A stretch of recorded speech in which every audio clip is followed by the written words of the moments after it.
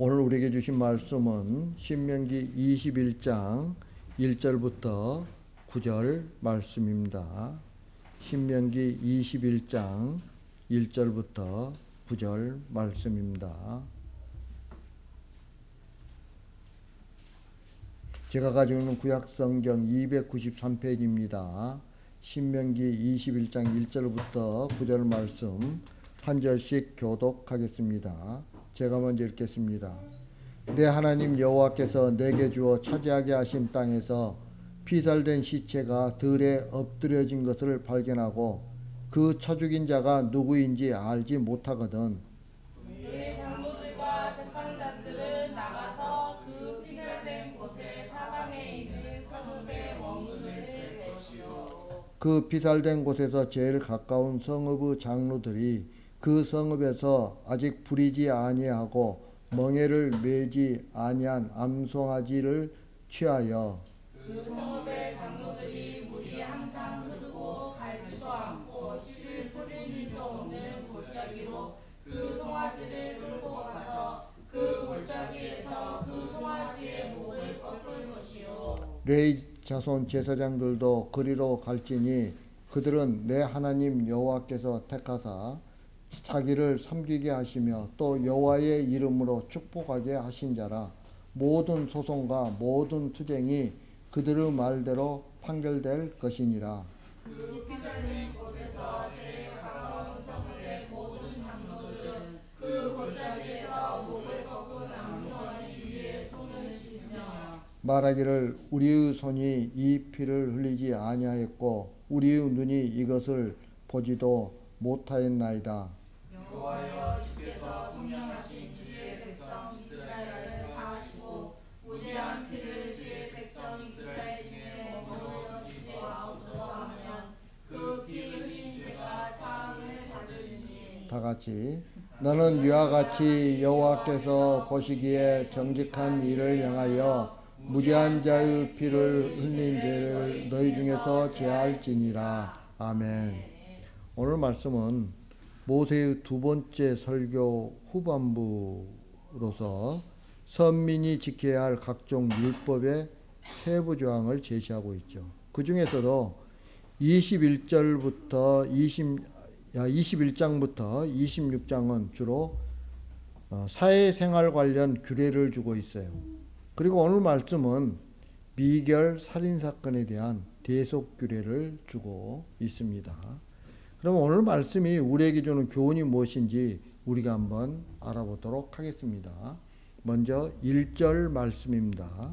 1절 말씀 다 같이 시작. 내 하나님 여호와께서 내게 주어 차지하게 하신 땅에서 피살된 시체가 들에 엎드러진 것을 발견하고 그 쳐죽인 자가 누구인지 알지 못하거든. 아멘. 오늘 말씀은 살인사건에 대한 이야기죠. 피살된 시체가 들에 엎드려져 있어요.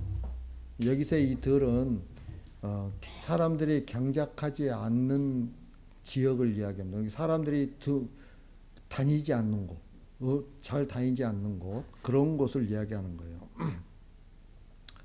그런데 누가 이 사람을 죽였는지 아무도 몰라요. 그럴 경우에 어떻게 이 일을 처리할 것인가가 오늘 말씀의 이야기예요. 오늘날 우리 사회에서 이런 사건이 발생을 하면 어떻게 합니까? 살인사건이 발생을 했으니까 일단 수사를 하겠죠. 그럼에도 범인을 찾을 수 없는 경우에는 그냥 미결사건으로 처리하고서 수사를 종결하는 경우가 많죠. 그러나 이스라엘의 경우는 다릅니다. 여러분 2절과 3절에 보면 피살당한 시체가 있는 곳에서 각 성읍의 거리를 재라고 말하고 있죠. 그리고 시체로부터 가장 가까운 거리에 있는 성읍을 다른 성읍들을 대표해서 살인사건을 해결할 성읍으로 정해요. 시체로부터 가장 가깝기 때문에 그 성읍에 살인자가 있다는 것이 아니에요. 살인자가 누구인지는 몰라요. 그런 상황에서 살인사건을 해결하기 위해 가장 가까운 성읍을 그 대표로 등장시키고 있는 거죠.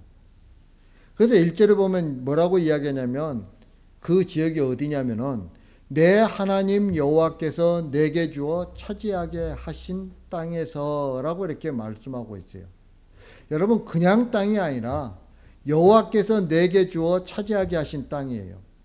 다시 말하면 하나님의 은혜로 얻은 땅, 가나안 땅을 이야기하죠. 예. 하나님의 은혜로 얻은 땅에서 살 수 있는 원칙은 우리가 은혜 안에서 사는 거예요. 여러분 우리는 하나님의 은혜 안에서 사는 자들이에요. 예. 만약 이스라엘이 이 은혜의 법칙에서 벗어난다면 약속의 땅은 이스라엘을 내뱉을 거예요. 다시 말하면 구원에 이르지 못하는 거죠. 그런데 그 은혜의 땅에서 누가 죽였는지 알 수 없는 억울한 죽음이 지금 발생을 했어요. 여러분 이 억울한 죽음이 발생했다는 것은 또 달리 이야기해서 살인사건이 일어났다는 것 자체가 은혜의 원칙을 무너뜨리는 행위예요. 따라서 살인사건을 해결하지 않으면 이스라엘에게는 저주가 임하게 되는 거죠. 여러분 창세기 8장 20절에 보면 홍수 후에 방주에서 나온 노아가 하나님께 번제를 드립니다. 정결한 짐승과 새들을 잡아서 하나님께 번제를 드려요. 여러분 노아가 이렇게 번제를 드리는 것은 부정한 자신들이 살아난 것은 하나님의 은혜라는 것을 고백하는 행위예요. 그러니까 하나님의 은혜로 우리 가족이 산 거예요. 노아의 가족들이 방주 안에서. 예.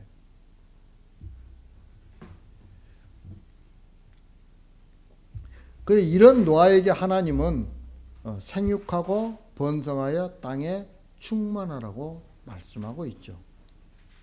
여러분 이것은 육신적인 번성과 충만을 말하는 것이 아니라 하나님의 은혜 아래에서 생육하고 번성하고 충만하라는 거예요. 하나님께서는 세상이 하나님의 은혜로 충만되기를 원하세요. 이런 하나님의 뜻이 인간들에게 계속 전해지기를 원하셔서 하나님께서는 고기를 생명이 되는 피째 먹지 말라고 창세기 9장 4절에서 말씀하시죠. 이게 노아 언약이에요. 노아 언약. 예. 여러분 초대교회가 있을 때 그 예루살렘 공회의 하고서 딱 하나 지키게 했던 게 있어요. 율법을 지키게 한 게 아니었어요. 뭘 지키게 했어요? 피채 먹지 말라는 거예요. 이 노아 언약을 지키라고 이야기한 거예요. 예. 여러분 이 고기를 생명이 되는 피채 먹지 말라는 것이 노아 홍수 후에 세상은 새로운 세상임을 말해주고 있는 거죠. 홍수 전까지는 땅이 아벨의 피 흘림을 그 하늘의 호소에서 하나님께서 어떻게 했어요? 그것 때문에 저주를 내리죠. 예.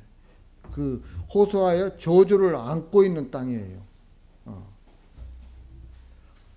하지만 이제는 물로 씻음받은 은혜의 색이라는 거죠. 하나님께서 물로 세상을 심판하시면서 그 악한 걸 다 쓸어버리심으로써 이제는 물로 씻음받은 새로운 세상이 된 거예요. 네.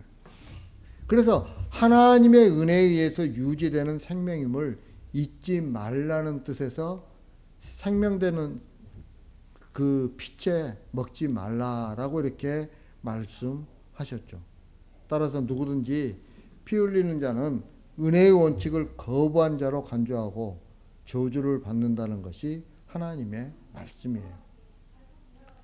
여러분 이것을 그대로 보여준 게 어디서 보여주냐면 노아의 축복과 저주 사건을 통해서 보여주고 있죠. 노아가 포도주에 취해서 하체를 드러내면서 잠을 자고 있을 때 셈과 야벳은 아버지의 수치를 자신들의 옷으로 덮어줌으로써 하나님의 은혜의 원칙을 그대로 드러냈어요. 그러나 함은 수치를 공개함으로써 수치를 가로주심으로 생명을 얻은 은혜의 원칙을 더럽히고 말았던 거죠. 그래서 그것을 알게 된 노아는 함을 저주하고 셈과 야벳은 어떻게 했어요? 축복을 하게 되죠. 무슨 말이냐면 함은 왜 세상이 저주받아야 하는가를 보여주는 역할을 하게 된 거고, 셈과 야벳은 이런 행위를 하는 자가 땅 위에서 하늘의 복을 받는다는 것을 보여주는 역할을 하고 있는 거예요. 이런 사실을 배경으로 오늘 말씀을 우리가 살펴볼 때 중요한 것은 가나안 땅, 즉 은혜의 땅에 피 흘림이 발생했다는 거예요. 여러분, 피 흘림은 저주의 원인이에요. 모든 생명이 하나님의 은혜로 존재하고 있는데 형제의 피를 흘렸다는 것은 결국 은혜로 여기지 않는다는 것과 같은 거죠. 이것은 은혜의 땅으로부터 이스라엘이 저주를 받아야 할 사건이에요. 그래서 시체로부터 가장 가까운 성읍이 대표가 되어서 살인자를 알 수 없는 피 흘림에 대해서 속죄를 하게 되는 거죠. 그러면 그들이 속죄를 하게 되는데 속죄의 방법이 뭐예요? 3절과 4절에 나와 있단 말이에요. 그 속죄의 방법이. 그 지정된 그러니까 시체로부터 가장 가까운 성읍의 장로들이 아직 부리지 아니하고 멍에 매지 않은 암송아지를 취해서 물이 항상 흐르고 가라지도 않고 씨 뿌린 일도 없는 골짜기로 그 송아지를 끌고 가서 그 송아지의 목을 꺾어버리는, 죽이는 거죠. 예. 그러니까 알 수 없는 살인자 때문에 죄 없는 송아지가 아무 이유 없이 골짜기로 끌려가서 목이 꺾여 죽어야 한다는 거예요. 이게 지금 대속의 원리예요. 대속의. 자, 그러면 이제 여러분 6절과 7절 한번 읽겠습니다. 6절과 7절 다 같이 시작. 그 피살림의 곳에서 제일 가까운 성읍의 모든 장로들은 그 골짜기에서 목을 꺾은 암송아지 위에 손을 씻으며 말하기를 우리의 손이 이 피를 흘리지 아니하였고 우리의 눈이 이것을 보지도 못하였나이다. 아멘. 자, 목을 꺾은 암송아지 위에 손을 씻어요. 여러분, 이것은 단지 우리는 살인하지 않았다는 결백을 주장하는 것이 아니에요. 이런 행위는 그 예물 위에 전가된 무죄한 자의 피를 흘리게 한 그 죄가 이스라엘 공동체와 아무 상관이 없다는 공동체의 무죄를 증명해 보이는 거예요. 또 한편으로는 하나님 앞에 서약하는 행위예요. 손을 씻는다는 것은요. 비록 살인을 하지 않았다고 하더라도 알지 못하는 살인자에 의해서 이스라엘 전체가 저주를 받아야 할 위기에 지금 처해 있어요. 그 위기에서 벗어나는 것이 애매한 송아지를 끌고 와서 목이 꺾여 죽는 거예요. 그 송아지가 끌려가가지고. 다시 말하면 내가 살인을 했든 하지 않았든 상관없이 너희 가운데 살인이 일어났고 그리고 은혜의 땅은 너희를 저주할 수밖에 없다는 거죠. 그러나 그 저주가 송아지의 죽음을 통해서 제하여진다는 거예요. 이게 지금 하나님께서 약속하시는 거예요. 그렇게 하라는 거예요. 그렇다면 오늘 말씀이 우리에게 주는 교훈은 뭐냐는 거죠. 여러분, 세상은 대속이라는 원칙 아래 존재하고 있어요. 세상은. 이스라엘이 살인사건으로 인해서 송아지의 목을 꺾어야 했고 그것을 근거로 무죄자의 피 흘린 죄가 제하여짐을 통해서 이스라엘은 대속이라는 원칙 아래 살아가고 있음을 잊지 말라는 거예요. 죄를 안 짓고 나만 떳떳하고 나만 바르게 살면 된다는 그런 생각을 버려야 한다는 거예요.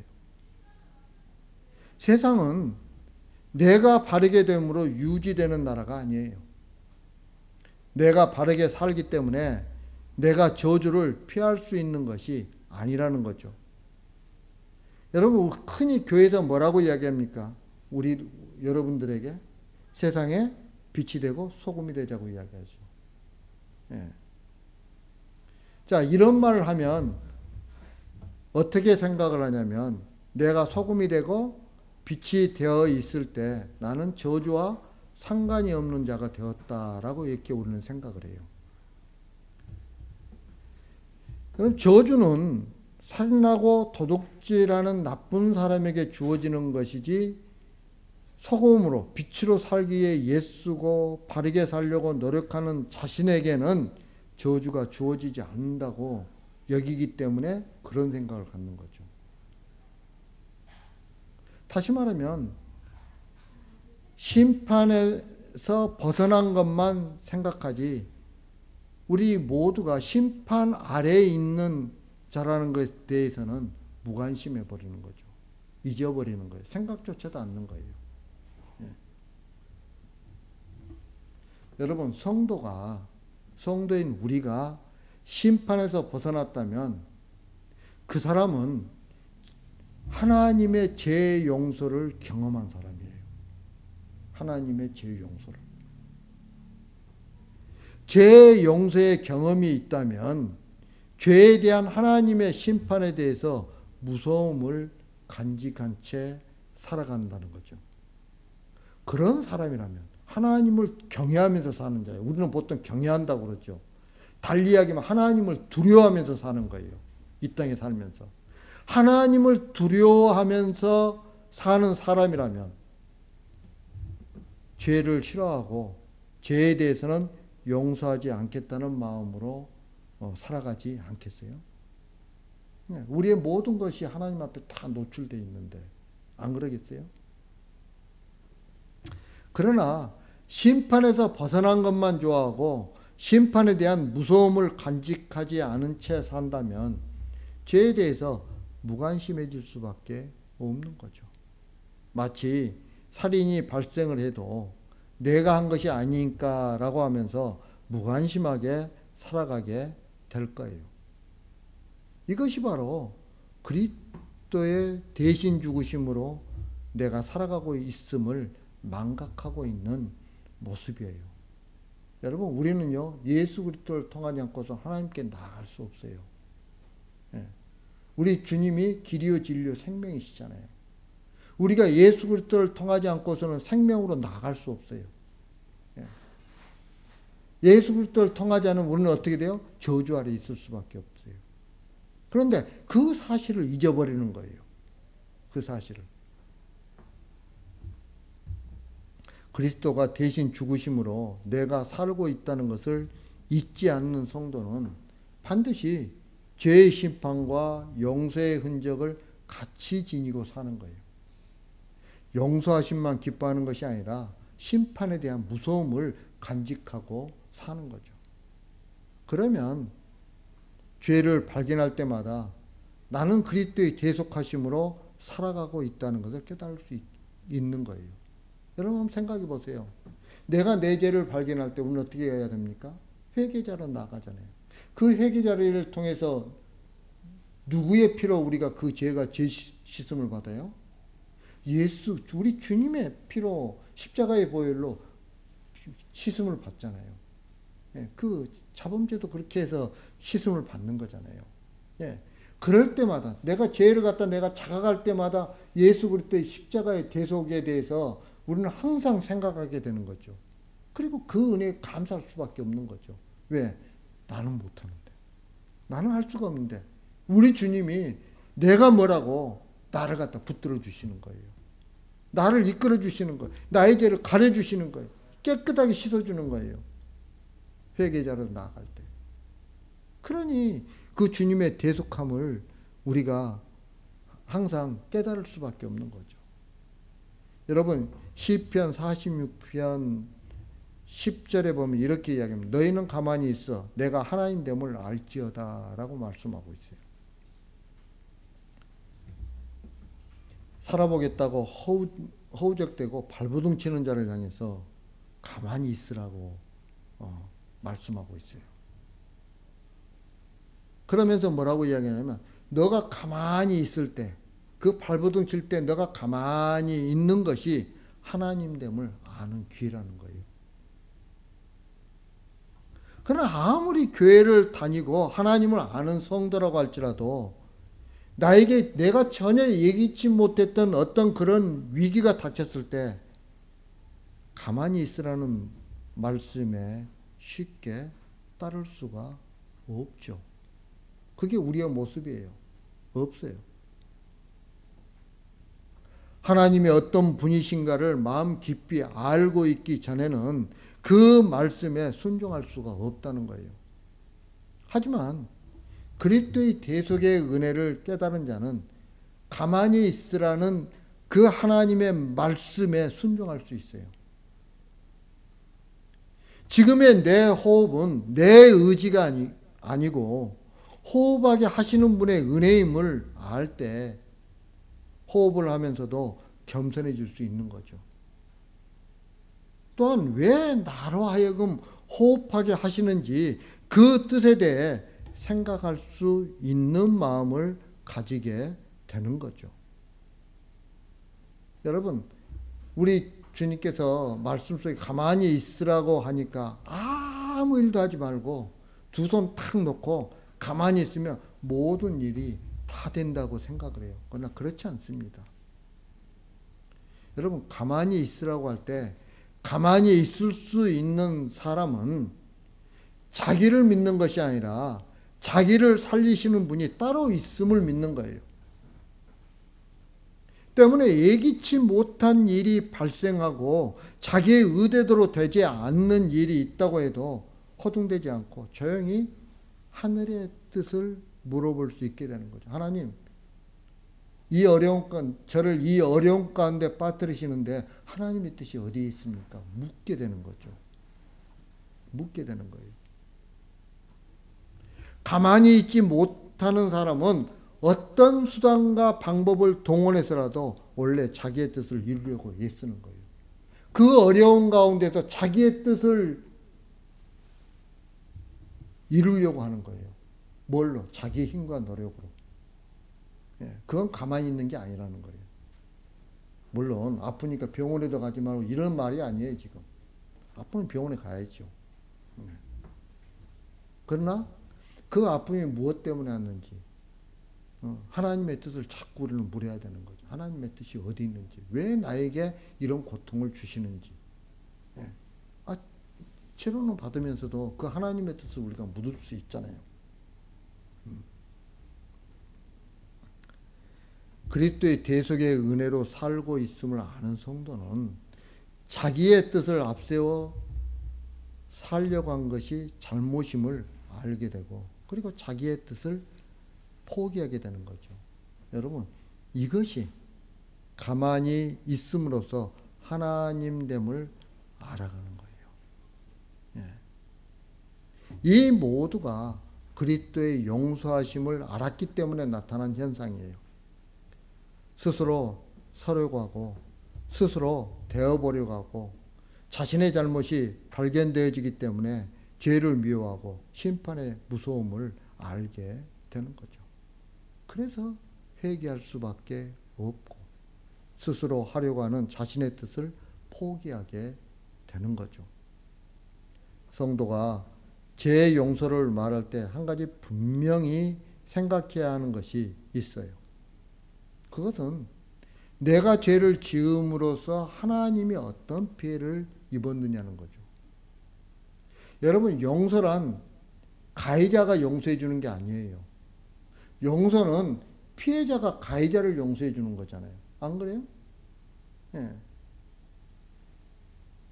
그런데 만약 하나님 앞에 죄 용서를 구하면서도 나 때문에 하나님이 어떤 피해를 입었는지조차 모르고 죄 용서를 구한다면 결국 하나님은 죄를 용서해 주는 어떤 전문가나 안 그러면 기계나 뭐 이런 게 되어버릴 수밖에 없는 거죠.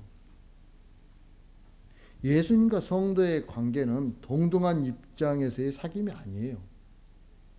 예수님이 우리의 신랑이고 친구라고 말하니까 많은 사람들은 예수님과 내가 동등한 입장에서의 신랑과 친구로 생각을 해요.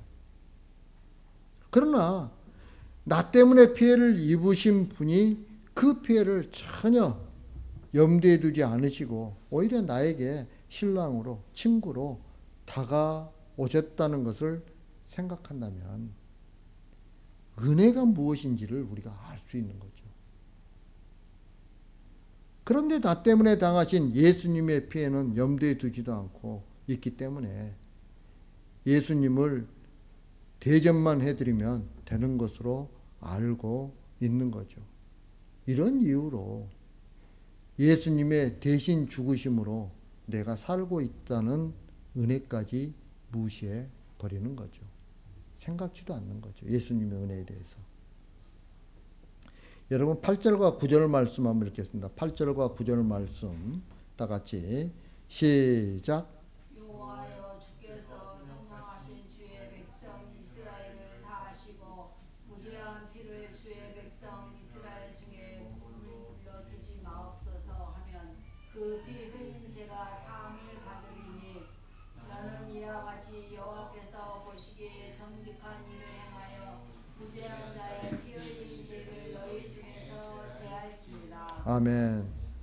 다른 사람의 죄까지도 나의 죄로 여겨야 하는 것이 은혜의 땅이에요.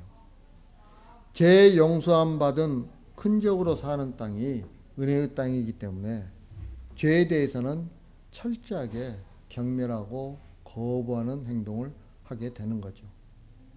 이것이 과거에 죄를 경험한 사람에게서만 나타나는 현상이에요. 다시 말하면 하나님은 죄에 대해서는 철저하시고 죄는 은혜의 땅을 더럽히는 것이기 때문에 절대 용납할 수 없다는 그 마음이 드러나는 것이 바로 오늘 말씀의 이야기라는 거예요. 무죄한 피를 흘리는 것이 곧 하나님의 은혜의 땅을 더럽히는 것이에요. 이것이 바로 하나님께 피해를 입히는 것이기 때문에 그냥 넘어갈 수 없다는 그 마음이 그대로 드러난 거죠. 가나안 땅에서는 이런 마음으로 살아가라는 거예요. 여러분, 교회는 용서함을 받은 은혜로 모이는 집단이에요. 그래서 교회에서는 죄에 대한 미움과 경멸이 있어야 해요. 죄 지은 자를 미워하고 경멸하라는 것이 아니라 죄를 미워하라는 거예요.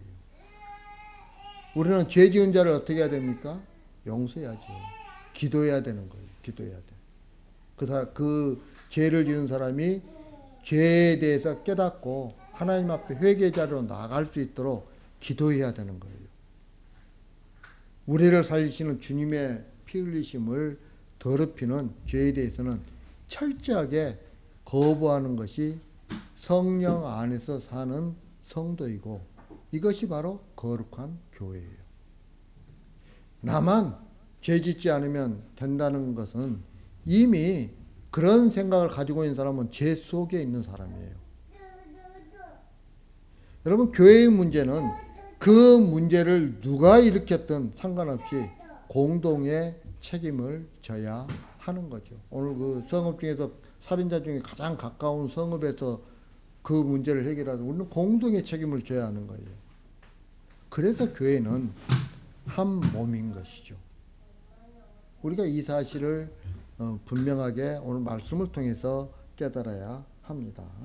이제 말씀을 마치려고 합니다.